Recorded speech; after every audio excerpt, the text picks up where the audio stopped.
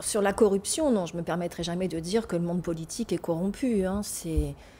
Ça s'entend au Front National, oui, quand même. Il y a certaines élites qui ont été condamnées, il y a des affaires en cours. Après, je ne vais pas épiloguer sur des dossiers que je ne connais pas forcément. Je suis quand même avocat. Mais ce parfum de corruption, est-ce que vous le sentez? Ce parfum, c'est vrai. Je dirais, je suis d'accord avec M. Montgolfier, c'est un soupçon général dans la population. On entend, on ne vote plus parce que ce sont tous les mêmes, ils se font tous prendre les doigts dans le pot de confiture, en gros.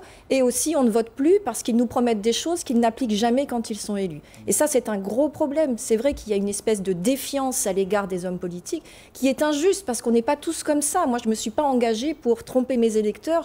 C'est quelque chose qui me tient à cœur et ça me peine d'entendre ça quand je vais sur les marchés et de devoir en débattre, de devoir expliquer. Est-ce que, sans le vouloir forcément, vous n'allez pas alimenter ce sentiment de tous pourris?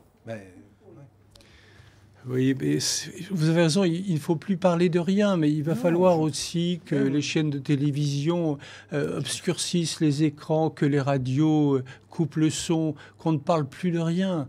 Et puis ce sera tellement mieux. Tout le monde se sentira dans un pays baigné de lumière et couvert de roses. C'est ça que vous voulez? Ça n'empêche pas. J'ai appris pendant des années, dans les fonctions qui étaient les miennes, y compris au ministère de la Justice, quel était l'état de la classe politique dans ce pays. Ça ne veut pas dire que tous les élus sont corrompus.